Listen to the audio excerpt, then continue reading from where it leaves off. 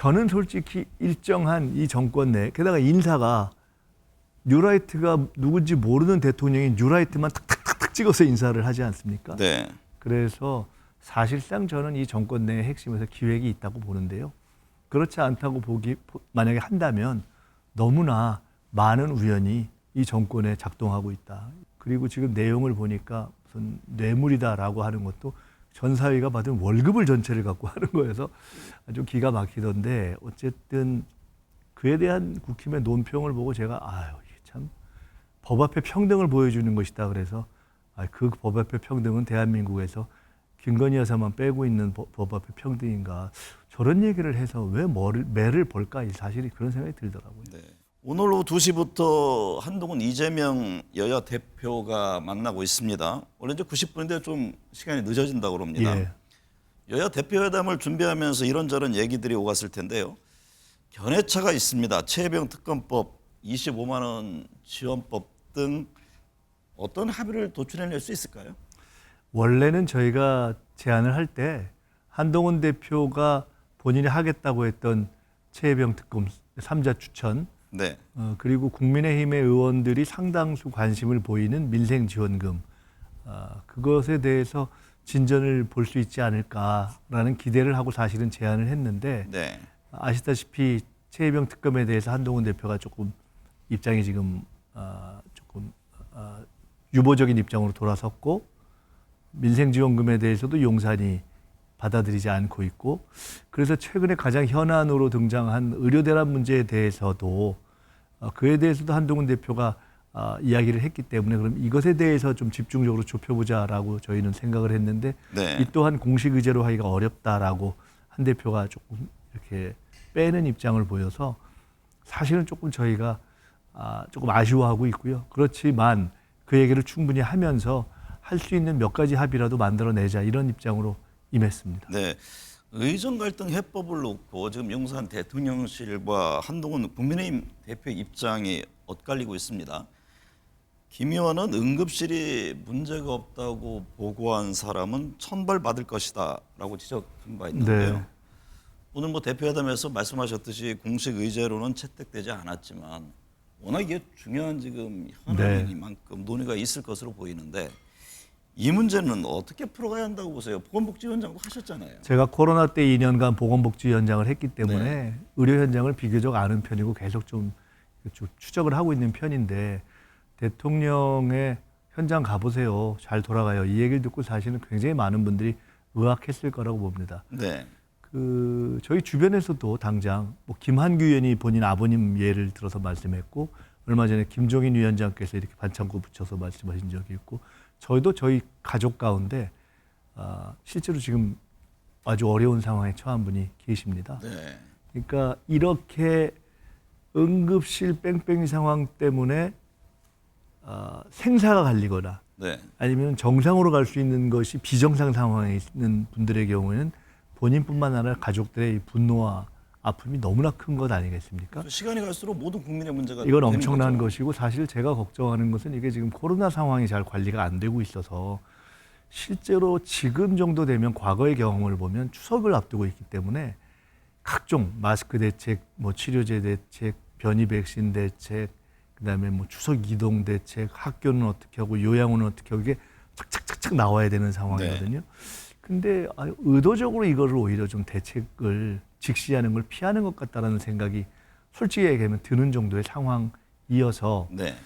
큰 틀에서 보면 한동훈 대표가 얘기했던 안이 꼭 맞아서가 아니라 어쨌든 대통령이 지금 그냥 본인이 주장했던 것을 그대로 밀어붙이고 아무 문제가 없다 하는 것에서 조금 열어놓고 지금 다르게 상황을 봐야 하는 것에 동의가 되는 어떤 전제하에서 네. 뭔가 머리를 맞대야 된다는 생각에서 저희도 한동훈 대표 얘기도 좀 하나의 안으로 놓고 검토해보자 이렇게 네. 했던 겁니다. 이 문제에 대해서는 조금 전에 대표회담을 시작할 때 이재명 대표가 의료 대란에 대해서만큼은 여야 대책기구를 같이 만들자라는 제안을 한 것처럼 네. 사실은 이것은 제일 중요한 문제라고 봅니다. 이것은 뭐 민생 중에서도 이게 생사가 걸려 있는 문제이기 네. 때문에. 근데 윤석열 대통령 2,000명 증원 그대로 간다는 입장입니다.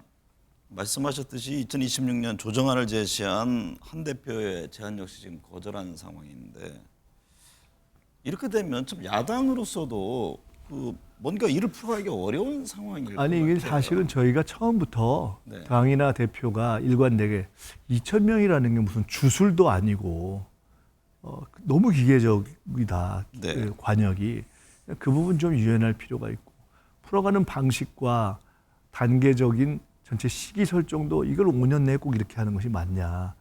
현장의 어려움도 있는데 그래서 네. 적정한 목표 조정을 통해서 적정한 단계론으로 풀어가면 좋지 않느냐는 얘기를 처음부터 했습니다. 근데 저희들이 이 문제를 과하게 집행권을 갖지 않고 있기 때문에 그렇죠. 정부가 결국 풀어야 될 일이거든요. 그래서 정부가 야당이나 국민들이 얘기하면 그걸 받아들여서 조정하는 건 정부의 몫이거든요. 안 그러면 어쨌든 의사 정원을 늘려야 되는 것은 맞기 때문에 그거를 방해하냐 이런 얘기를 들을 수가 있고 또 가급적 정부가 하는 일을 이렇게 복잡하게 할 필요는 없다는 생각 때문에 저희가 그랬는데 도를 좀 넘은 것 같다는 생각이 들어서 마침 한동훈 대표까지 그런 얘기를 하는 차제이니 이제는 저희가 여론조사를 계속합니다. 네. 근데 국민들이 의대 정원 자체는 늘릴 필요가 있다가 일관되게 좀 높았습니다. 그런데 최근 얼마 전부터는 그건 늘려야 하지만 지금 대통령이 푸는 방식이 잘못됐다 하는 것이 이미 한 3, 4주 전부터 더 늘었습니다. 네. 근데 아마 저는 이번에 대통령의 발언 이후에 그 차이가 확 벌어지기 시작할 것이다 이렇게 네. 보고 있습니다. 그래서 지금은 해법을 찾아야 하고 특히나 말씀드리지만 추석을 앞두고 굉장히 걱정되는 상황입니다. 네. 정부 여당과 대통령실의 관계는 어떻게 보세요? 윤석열 대통령이 국민의힘 연찬에 참석하지 않은 것을 두고 최재성 전 정무수석은 탈당 예고편이다 이렇게 밝힌 바 있는데요. 윤 대통령의 탈당 가능성도 있을까요? 탈당을 하고 말고는 저희들이 예단할 수도 없고 네. 본인들의 문제이기 때문에 예측이 어려운데 그런 예측 자체가 무의미할 만큼 통상적인 당정 관계는 네. 이미 벗어난 거죠. 그래서 누가 봐도 정상이 아닌 거여서 참 걱정스럽습니다, 사실은. 네. 이것은 뭐 여야 관계를 넘어서 정부라는 건 그래도 정부 여당이 돌아가야 되지 않습니까? 그렇죠. 어느 단계부터는 지금 정부 여당의 국정 운영 능력이 사실상 없는 거 아닌가, 그립을 놓친 거 아닌가 하는 생각이 들어서 좀 걱정스럽습니다. 검찰의 문재인 전 대통령에 대한 수사를 놓고 충돌하고 있습니다. 여권은 법 앞에 평등을 얘기하고 있고 야권은 정치 보복을 강조합니다. 이재명 대표도 정치 보복을 단호히 배척한다라면서 비판했는데요. 검찰의 문 대통령에 대한 수사에 대해서는 어떤 시각이세요?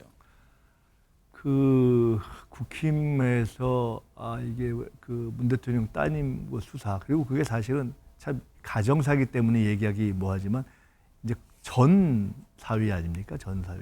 그리고 꽤 오래전의 일이고 그리고 지금 내용을 보니까 무슨 뇌물이다라고 하는 것도 전 사위가 받은 월급을 전체를 갖고 하는 거여서 좀 기가 막히던데 어쨌든 그에 대한 국힘의 논평을 보고 제가 이게 참 법 앞에 평등을 보여주는 것이다 그래서 그 법 앞에 평등은 대한민국에서 김건희 여사만 빼고 있는 법 앞에 평등인가 저런 얘기를 해서 왜 매를 볼까 사실이 그런 생각이 들더라고요. 네.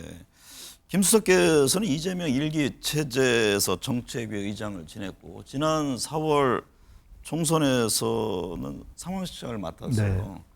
주요 정책 공약 발표 등 선거 실무를 총괄했는데요. 지금 여야 모두 민생을 강조합니다. 상속세, 종부세, 금투세 등 세금 관련 논의도 한창인데 당내에는 이게 집토끼냐 아니면 외연 확대냐의 시각에서 견해를 달리하는 분들이 있습니다. 이 세금 관련 논의에 대한 입장은 어떠세요? 우선 첫째로 저희는 정책 논쟁을 굉장히 장려하는 입장입니다. 네. 그래서 아예 공식적인 정책 디베이트, 정책 논쟁을 열기로 했습니다. 많을수록 좋은 거죠. 예, 그걸 아예 이제 공식화해서 시리즈로 하기로 했고요. 상속세 부분에 대해서는 중산층에 대한 상속세 부분에 대해서는 저희 검토할 수 있다고 보는데 네. 고액 자산과에 대한 부분은 굳이 할 필요도 없고 세수 측면에서도 그건 크게 검토할 필요 없다 이렇게 보고 있습니다. 금투세에 대해서는 오늘 아마 모두 발언에서도 얘기하셨지만은 네. 실은 저희는 한국의 주식시장을 이 부양하기 위한 주가를 부양하기 위한 보관을 가지고 있습니다.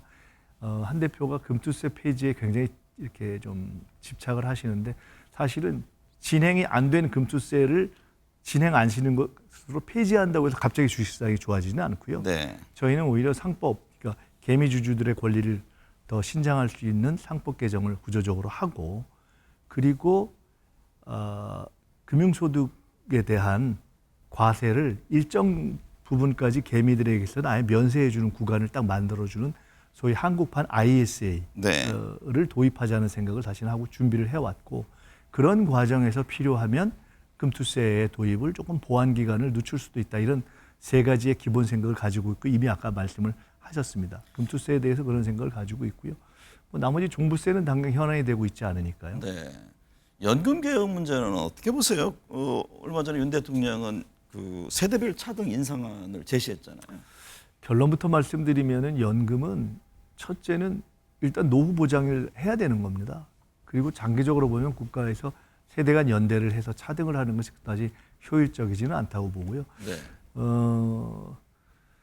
대통령과 정부 여당이 연금을 구조개혁을 하겠다. 그냥 모수개혁이 중요하지 않다라고 얘기했는데 최근에 얘기한 건 사실은 구조하고 전혀 상관없는 그냥 모수개혁의 아주 디테일들입니다. 네. 저렇게 할 바에는 차라리 지난 국회 때 마지막에 여야가 어렵게 합의했던 그거라도 빨리 정리를 하고 그 다음으로 가는 게 현실적으로 맞다 이렇게 봅니다. 네.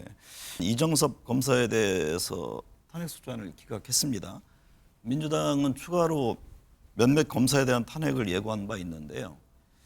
최혜병 특검법은 언제 다시 추진하는 겁니까? 지금 뭐 국민의힘 한동훈 대표 발의안을 좀 기대하고 있는 측면이 있습니까? 이번에 검사특검 기각된 것도 사실 좀 저희가 아쉬워하고 있는데 네. 그게 사실은 지난번에 김도읍 국힘의 국민의힘의 법사위원장과 그쪽에서 지정한 변호사가 사실은 조금 성실 대응을 안 해서 그렇게 된 면이 있어서 좀 아쉽지만 하여간 최혜병 특검법에 관해서는 오늘 지금 아마 논의를 하고 계실 텐데 네. 저희는 아마 솔직히는 그냥 한동훈 대표가 원하는 대로 할 테니까 그냥 하시라고 네. 우리가 지원하겠다고 하는 입장을 까지도 하자라는 내부 판단이 좀 있습니다. 근데 아마 그것도 못 하시는 거 아닌가 싶어서 원하는 안을 다 받아들이겠다 이런 입장이라는 이미 말씀. 뭐 삼자 특검 받아들였고 네. 무슨 제보 공작까지 하자도 그것도 그것도 오케이 넣겠다. 했는데 그러면은 한동훈 대표가 본인이 발의하기 어려워하니 한동훈 대표가 하려고 했던 걸 저희가 대신 해야 되느냐 마느냐만 결정하면 될 것 같습니다. 네. 좀 기다리고 그게 안 하면 어쨌든 그동안에는 민주당에서 또 사실은 시간이- 이제 하라고 했는데 저희가 한 네. 대표에게 시간을 드렸는데 본인이 어려워하시니 그렇지만 국민이 원하는 것을 해야 되니까요. 네. 윤석열 정부의 대일 외교 기조 역사관을 놓고 공방이 치열합니다. 이재명 대표는 친일파 척결 뉴라이트 거부 릴레이에 동참하기도 했는데요. 여권에서는 괴담 선동 정치라는 입장입니다. 일련의 흐름이 어떤 치밀한 계획하에 진행되고 있다고 보세요?